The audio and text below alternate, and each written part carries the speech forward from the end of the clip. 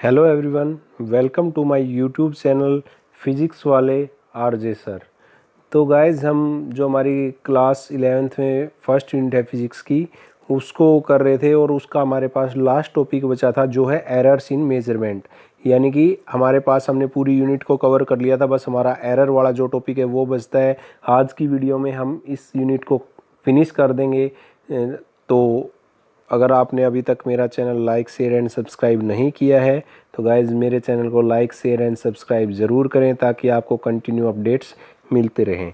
तो देखिए हमारा जो लास्ट टॉपिक है इस यूनिट का वो है एरर्स। बेसिकली एरर क्या होता है, एरर कैसे निकालते हो। देखिए इसके लिए मैं आपको ना एक सिंपल सा एग्जांपल देता हूँ। मान लीजिए आपके पास है 5000 रुपीज़ है, 5000 रुपये हैं और आपको आपके पापा ने बोला है कि आप ना मार्केट से सामान लेके आओ। ठीक है, तो आप मार्केट से सामान लेने चले गए हो और आप सामान लेके आए हो 3000 रुपीज़ का, राइट। तो देखो आपके पास थे 5000 रुपये, आपने सामान खरीदा 3000 रुपये का। आप घर वापस आए और आपने अपने पापा को बोला कि पापा मैं 3000 रुपये का सामान लेके आया हूँ। और जब आप अपने पापा को पैसे रिटर्न कर रहे हो तो आपके पास 100 रुपये कम है, यानी कि आपके पॉकेट में 1900 रुपीज़ बचे हैं। ठीक है, तो देखो आपके पास क्या थे, 5000 रुपये थे, 3000 का सामान ले लिया है। ठीक है, बट टोटल क्या होना चाहिए, 3000 जो है 3000 का जितना सामान लिया प्लस जो रिमेनिंग बचे हैं आपके पास, वो टोटल कितने हो जाए, जो आपके पास टोटल मनी थे उन टोटल के इक्वल होना चाहिए। बट वो तो इक्वल नहीं आ रहा है, तो वो क्या हो गया, आपके पास एरर हो गया है। यानी कि जो स्टैंडर्ड वैल्यू है और जो कैलकुलेटेड वैल्यू है उन दोनों के बीच में जो डिफरेंस आया है उस डिफरेंस को हम बोलते हैं एरर। यानी कि जो हमारे पास स्टैंडर्ड वैल्यू है और जो हमारे पास कैलकुलेटेड वैल्यू है उन दोनों के बीच का जो डिफरेंस है वो है एरर हमारे पास। मान लीजिए आपके पास लाइट की जो वैल्यू है 3 × 10⁸ है, वो स्टैंडर्ड वैल्यू है और आपने कैलकुलेशन से निकाल लिया, हमारे कैलकुलेट करके निकाली 2.8 × 10⁸। अब जो इन दोनों के बीच का डिफरेंस है वो है हमारे पास एरर। तो देखिए वही चीज़ें पढ़ रहे हैं हम कि एरर क्या होगा, उसको कंटिन्यू कर रहे हैं। The error in a measurement is equal to the difference between the true value and the measured value of the quantity. यानी कि जो ट्रू वैल्यू है और जो मेजर्ड वैल्यू है उन दोनों के बीच का जो डिफरेंस है उसको हम क्या बोलेंगे, एरर बोलेंगे। अब यहाँ पे एरर के टाइप्स हैं। जो सबसे पहला टाइप है वो है कांस्टेंट एरर। कांस्टेंट एरर क्या होता है, the errors which affect the observation by the same amount are called constant error. देखो इसने क्या बोला, कांस्टेंट एरर, नाम से ही पता लग रहा है। The error which affect the observation by the same amount, यानी कि हर बार सेम एरर आ रहा हमारा, इक्वल अमाउंट में वो अफेक्ट कर रहा हमारी ऑब्जर्वेशन को, उसको हम क्या बोलेंगे, कांस्टेंट एरर। यानी कि कांस्टेंटली वही वैल्यू रिपीट हो जा रही है एरर की। नेक्स्ट है हमारे पास सिस्टेमेटिक एरर। सिस्टेमेटिक एरर क्या होता है, the error which tend to occur in one direction, जो एक किसी एक पर्टिकुलर डायरेक्शन में आता है, आइदर पॉजिटिव आइदर नेगेटिव। यानी कि या तो वो कंटिन्यू पॉजिटिव डायरेक्शन में एरर आएगा या वो नेगेटिव डायरेक्शन में, एक पर्टिकुलर डायरेक्शन में आता चले जाएगा, उसकी वैल्यू या तो नेगेटिव आएगी या पॉजिटिव आएगी, इसको बोलेंगे सिस्टेमेटिक एरर। और सिस्टेमेटिक एरर के फर्दर आगे टाइप्स है। फर्स्ट टाइप है वो क्या है, instrumental error. Instrumental error, these error occur due to the inbuilt defect of the measuring instrument. देखो जैसे नाम से ही पता लग रहा है इंस्ट्रूमेंटल एरर, यानी कि इंस्ट्रूमेंट, जो हम इंस्ट्रूमेंट यूज कर रहे हैं उसके अंदर इनबिल्ट एरर है, यानी कि जहां से वो बन के आया है वहीं से उसके अंदर एरर आया है, उसको बोलेंगे इंस्ट्रूमेंटल एरर।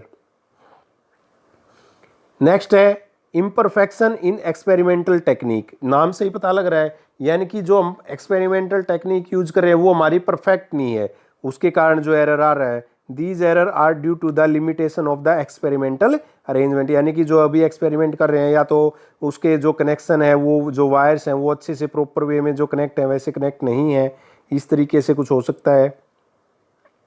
नेक्स्ट है personal error. These error arise due to the individual bias, lack of proper setting of apparatus or individual carelessness in taking observation without observation proper precaution। देखो इंडिविजुअल एरर या personal error मतलब कि class में 10 बच्चे एक ही experiment को कर रहे हैं और उनमें से 2 का परफेक्ट आ रहा है, जो रीडिंग आनी चाहिए वो आ रही है, और बाकी 8 के किसी का कुछ एरर है, किसी का कुछ एरर है, किसी का ज़्यादा है, किसी का कम है। तो इंडिविजुअल बेसिस पे जो एरर आ रहे हैं, ठीक है, यानी कि हमारी प्रॉपर टेक्निक नहीं है या कनेक्शन में कोई ना कोई प्रॉब्लम है उस वजह से, या हम अच्छे से एक्सपेरिमेंट नहीं कर रहे हैं, हर बच्चे का इंडिविजुअली जो एरर है उसको क्या बोलेंगे, पर्सनल एरर।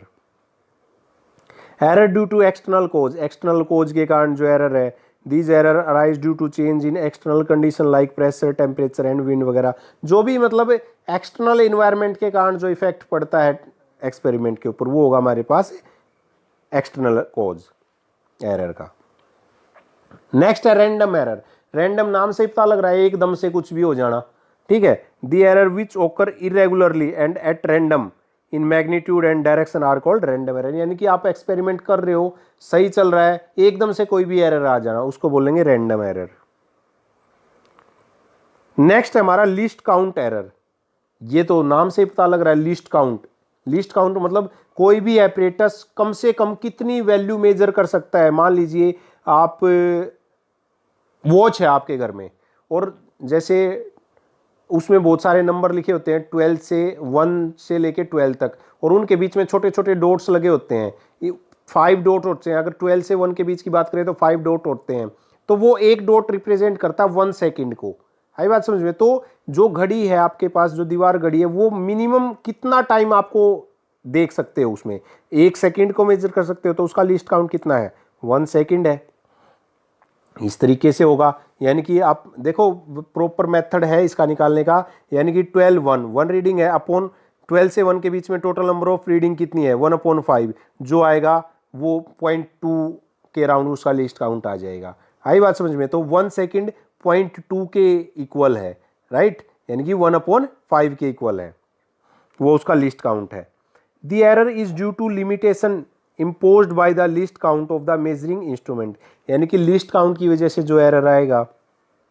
अब लिस्ट काउंट की इसमें डेफिनेशन दी है, the smallest division on the scale of the measuring instrument is called the list count. जो स्मॉलेस्ट डिवीजन हम यूज करते हैं उसको लिस्ट काउंट बोलते हैं हम, right.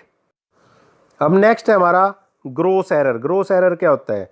These error are due to either carelessness of the person or due to improper adjustment of the apparatus। या gross error मतलब या तो हम खुद की जो भी apparatus को यूज कर रहा है वो केयरलेस है, अच्छे से एक्सपेरिमेंट को नहीं कर रहा है उसकी वजह से, या इम्प्रॉपर एडजस्टमेंट, जो हम एडजस्टमेंट कर रहे हैं apparatus की, कनेक्शन कर रहे हैं या कुछ भी कर रहे हैं, वो हमारी इनपरफेक्शन है, वो परफेक्ट नहीं है, उस वजह से जो एरर आएगा उसको हम ग्रोस एरर बोलते हैं। ओवरऑल एरर भी इसको हम बोल सकते हैं। अब एरर के अंदर आगे पार्ट्स हैं जहां से हमारे न्यूमेरिकल भी बनते हैं। तो सबसे पहले हमारा एब्सोल्यूट एरर, नाम से ही पता लग रहा है एब्सोल्यूट, राइट। तो देखिए क्या है absolute error. The magnitude of the difference between the true value of the quantity measured and the individual measured value is called absolute error. Absolute error मतलब हमारे पास एक स्टैंडर्ड वैल्यू है और एक कैलकुलेटेड वैल्यू है, उनके बीच का जो एरर है वो क्या है, एब्सोल्यूट वैल्यू है, जो वो क्या है, एब्सोल्यूट एरर है। तो इसको और भी तरीके से हम लिख सकते हैं, वो क्या है, देखिए, the arithmetic mean of all measurement can be taken as the true value of the measure quantity. यानी कि जो अरिथमेटिक मीन हम निकाल लेंगे वो हम किसी भी ऑब्जर्वेशन की ट्रू वैल्यू बोल सकते हैं उसको, ठीक है। देखिए यहाँ थोड़ा सा आपको कंफ्यूजिंग लग रहा होगा, आगे जब आप समझोगे तो वो हो जाएगा। देखो यहाँ पे वही अब आगे समझेंगे हम, क्या ट्रू वैल्यू, क्या मीन, क्या एब्सोल्यूट, अरिथमेटिक मीन, ये सारी चीज़ें अभी पढ़ेंगे। Let a physical quantity be measure N time, यानी कि एक ही फिजिकल क्वांटिटी को आप एन टाइम मेजर करते हो, तो let A1 A2 and AN be the n measurement value. और एन टाइम मेजर किया आपने तो AN A1 एंड AN क्या आ गई, उसकी एन टाइम मेजरमेंट आ गई है। Then it's true value a mean क्या होगी, ए मीन कैसे निकालते हो किसी भी चीज़ का, जितनी भी रीडिंग आई है एन टाइम्स वो लिख लोगे, अपॉन जितने नंबर ऑफ टाइम आपने कैलकुलेट किया है वो कर दोगे। एवरेज कैसे निकालते हो आप अपने मार्क्स की, total number of subject upon total marks of subject, each subject का सम कर लेते हो, जितने भी मार्क्स इंडिविजुअल सब्जेक्ट में आए उन सभी का सम upon total number of subject. यानी कि अगर आपके 5 सब्जेक्ट हैं तो आप किससे डिवाइड करवाते हो, 5 से डिवाइड करवाते हो, और ऊपर क्या होता है 5 सब्जेक्ट के मार्क्स का सम upon total number of subject, वो क्या आ जाता है हमारे पास, मीन आ जाता है। तो यहाँ पे हमारी क्या है, A1 A2 A3 and so on, ये हमारे पास ऑब्जर्वेशन है। नेक्स्ट क्या है, इसके अपॉन में क्या है, जितने टाइम हमने उसको कैलकुलेट किया है, तो तो इसको हमने सिमेशन की फॉर्म में लिख दिया है 1/n summation i = 1 to n and ai। यहाँ पे i की जो भी वैल्यू रखेंगे वो आ जाएगी। तो ये हमारे पास आ गया अर्थमेटिक मीन। अब इसमें क्या है देखिए, डेल a1, डेल क्या होता है, चेंज कैसे निकालेंगे, a1 am arithmetic mean minus जो हमने फर्स्ट टाइम ऑब्जर्व की है वैल्यू, वो क्या आ गया, चेंज आ गया हमारे पास। ऐसे ही arithmetic mean true value minus calculated value. Next am true value minus a3, del a3 के इक्वल आ जाएगा। इस तरीके से हमारे पास क्या आ जाएगा, एब्सोल्यूट एरर आ जाएगा। एब्सोल्यूट एरर कैसे निकालना है, जो am है ये है हमारे पास ट्रू वैल्यू, मीन से हमने ट्रू वैल्यू फाइंड आउट कर ली। ये हमारे पास कैलकुलेटेड वैल्यू जो हमने फर्स्ट टाइम उसको ऑब्जर्व किया, तो ये हमारे पास क्या आ गया, एब्सोल्यूट एरर। ये भी एब्सोल्यूट एरर आ गया, am true value a2 calculated value. ऐसे ही am true value an calculated value. तो डेल an क्या आ गया हमारे पास, एब्सोल्यूट एरर आ गया हमारे पास।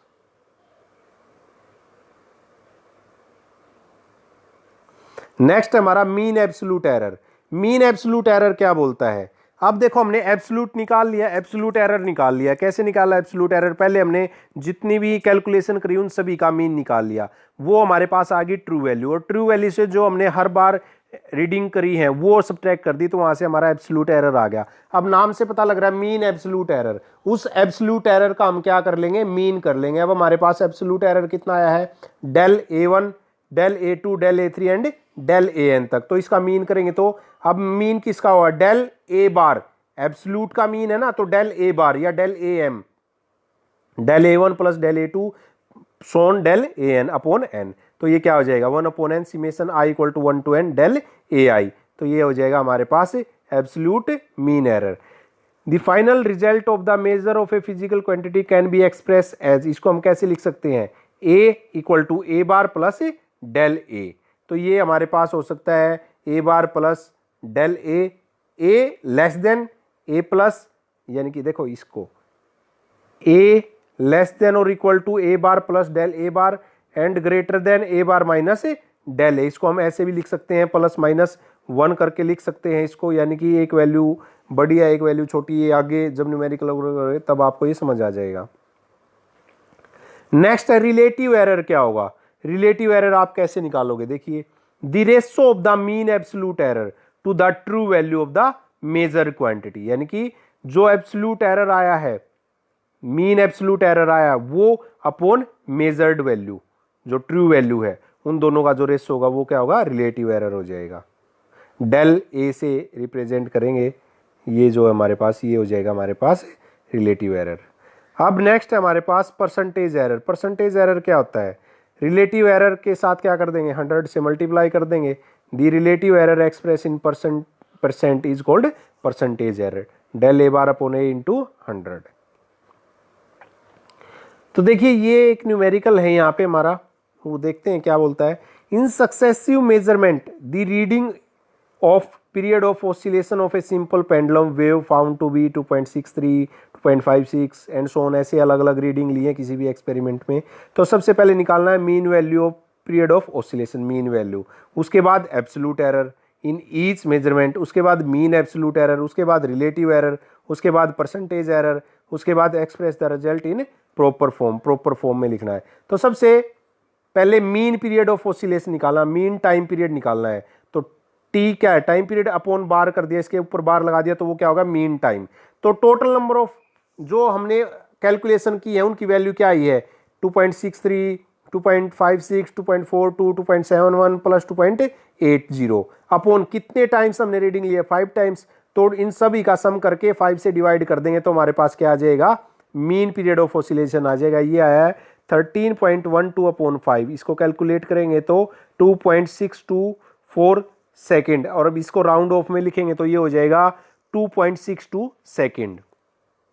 अब absolute error in different measurement, absolute error निकालना है। अब एब्सोल्यूट एरर कैसे निकालोगे, देखो हमारे पास क्या आया है, ये हमारे पास आ गया अब ट्रू वैल्यू, ठीक है, और ये हमारे पास सारी क्या है, कैलकुलेटेड वैल्यू, ठीक है। तो अब एब्सोल्यूट एरर निकालना है, true value minus del T1 निकालना है, यानी कि फर्स्ट, यानी कि इस वाले को यहाँ पे सब्ट्रैक्ट कर दिया तो ये क्या आ गया हमारे पास, डेल T1, यानी कि 1 एब्सोल्यूट एरर आ गया है। ऐसे ही ट्रू वैल्यू इसको सब्ट्रैक्ट कर देंगे यहाँ पे तो ये आ गया डेल T2। ऐसे ही ट्रू वैल्यू इससे सब्ट्रैक्ट कर देंगे ये आ जाएगा, ऐसे ट्रू वैल्यू ये आ जाएगा, ऐसे ट्रू वैल्यू ये आ जाएगा। तो ये आ गया हमारे पास एब्सोल्यूट एरर आ गया हमारे पास भाई। अब mean absolute error, mean absolute error कैसे करोगे? अब देखो ये आया था हमारे पास, ये आया था, ये आया था, ये आया था और ये आया था। कितनी रीडिंग है? 5 रीडिंग है ये हमारे पास। तो इनको क्या कर देंगे, इनको सभी को ऐड करके और 5 से क्या कर देंगे, डिवाइड कर देंगे। तो ये क्या आ जाएगा, मीन एब्सोल्यूट एरर। पहले हमने क्या निकाला था यहाँ पे, एब्सोल्यूट एरर निकाल लिया ट्रू वैल्यू से सब्ट्रैक्ट करके। पहले तो हमने मीन निकाला, मीन हमारे पास क्या आया, ट्रू वैल्यू आया। मीन टाइम निकाला, वो ट्रू वैल्यू आ गई, ट्रू वैल्यू से सब्ट्रैक्ट कर दिया तो वो absolute error, mean absolute error, सभी जो एब्सोल्यूट एरर आया है उन सभी का सम करके जितने नंबर ऑफ टाइम रीडिंग थी उनसे डिवाइड कर देंगे। तो वो क्या आ गया हमारे पास, मीन एब्सोल्यूट एरर। वो कितना आया, 0.108। तो इसको राउंड ऑफ में लिखोगे तो 0.8 से आगे 0 है तो क्या हो जाएगा, 1 हो जाएगा। नेक्स्ट है रिलेटिव एरर। रिलेटिव एरर क्या था हमारे पास, जो मीन है अपॉन टी, जो ट्रू वैल्यू है। तो डेल टी इक्वल टू, यानी कि ये delta T equal to del T bar, mean absolute error upon में ट्रू वैल्यू। तो 0.11 अपॉन 2.62, तो जो आएगा वो हमारे पास आ जाएगा ये। परसेंटेज एरर जो हमारे पास 0.04 आया, इसको 100 से मल्टीप्लाई कर देंगे, ये क्या आ जाएगा, परसेंटेज एरर आ जाएगा। अब है भाई जो 6th पार्ट है वो क्या है, terms of absolute error. Absolute error की जो टर्म्स है उसको कैसे लिख सकते हो, ट्रू वैल्यू प्लस माइनस 0.11 क्या आया था हमारे पास, मीन एब्सोल्यूट एरर। हम इसको ऐसे लिख सकते हैं, true value this plus minus 0.11, इस तरीके से लिख सकते हैं। अगर इसको परसेंटेज फॉर्म में लिखोगे तो जो हमारे पास ये है ये इस तरीके से हो जाएगा, 2.62 प्लस 4%, ये परसेंटेज एरर है हमारा, ठीक है। तो इस तरीके से हो जाएगा ये हमारा, राइट। तो अब देखिए नेक्स्ट है, two resistance R1 equal to 100 plus minus 3 ohm and R2 100 plus minus 4 ohm are connected in series, what is their equivalent resistance. तो इक्विवेलेंट रेजिस्टेंस फाइंड आउट करना तो डायरेक्ट ऐड हो जाएंगे, 100 में 200 और 4 में 3, तो 100 प्लस 200 प्लस माइनस 3 प्लस 4, तो जो हमारे पास है वो इक्विवेलेंट रेजिस्टेंस आ जाएगा।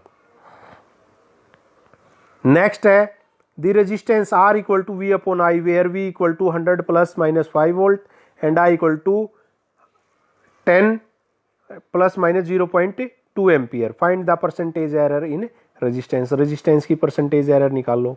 तो देखिए कैसे होगा, a percentage error in V is 5, कितना है, 5 है। देखो ये वाली टर्म है जो ये परसेंटेज में थी, ये वाली ये हमारे पास परसेंटेज में थी, तो क्या हो गया, V में परसेंटेज कितनी है, 5 है, और करंट में कितनी है, 2% हो जाएगी, राइट। तो देखो भाई अब कैसे करोगे,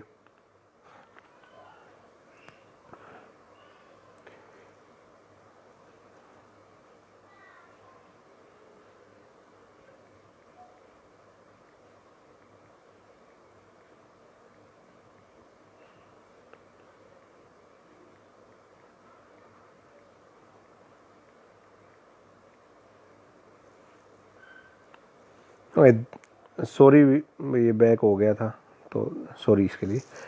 देखिए तो हमारे पास R इक्वल टू क्या है, VI है यहाँ पे।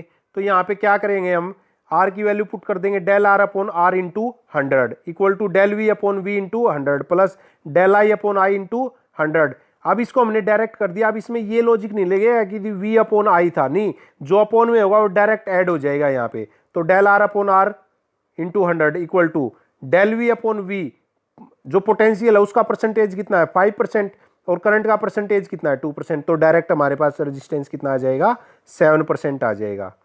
तो ये ऐसे ही न्यूमेरिकल है भाई, जो 4th न्यूमेरिकल है वो आपको खुद से ट्राई करना है, परसेंटेज एरर निकालना है, measurement of mass and speed को लेके कुछ ये न्यूमेरिकल है, ये आपको खुद से ट्राई करना है। और जो 5th न्यूमेरिकल है ये टाइम पीरियड का है ओसिलेशन के लिए। तो ये 2-3 न्यूमेरिकल है, ये आपको खुद से ट्राई करने हैं। अगर नहीं आते हैं तो आप मेरे को कमेंट सेक्शन में बता सकते हैं। और इसी के साथ जो हमारी फर्स्ट यूनिट है वो ख़त्म हो जाती है। तो ये 3 न्यूमेरिकल मैं आपको खुद से करने के लिए दे रहा हूँ, खुद से समझने के लिए दे रहा हूँ, ठीक है। अगर नहीं आते हैं तो फिर भी आप मेरे को कमेंट सेक्शन में एक बार ज़रूर बताएं, ताकि मैं आपको इनको दोबारा से वीडियो बना के और आप तक भेज सकूँ।